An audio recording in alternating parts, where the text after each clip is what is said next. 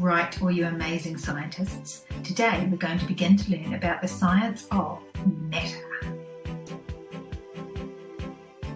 If you would like to make notes about your learning, you'll find a link to this organiser in the description panel below. Matter is anything that takes up space and has mass. Everything is made of matter. This car is made of matter, this pencil too.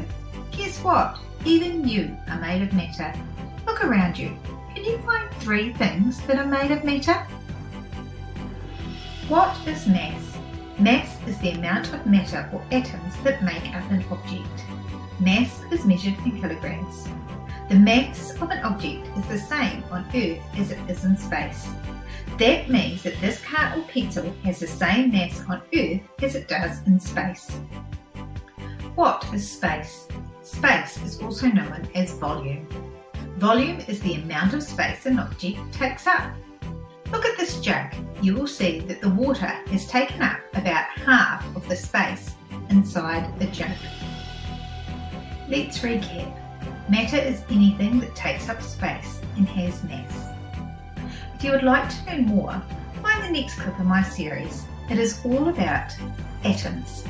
Ka kite anō, see you again.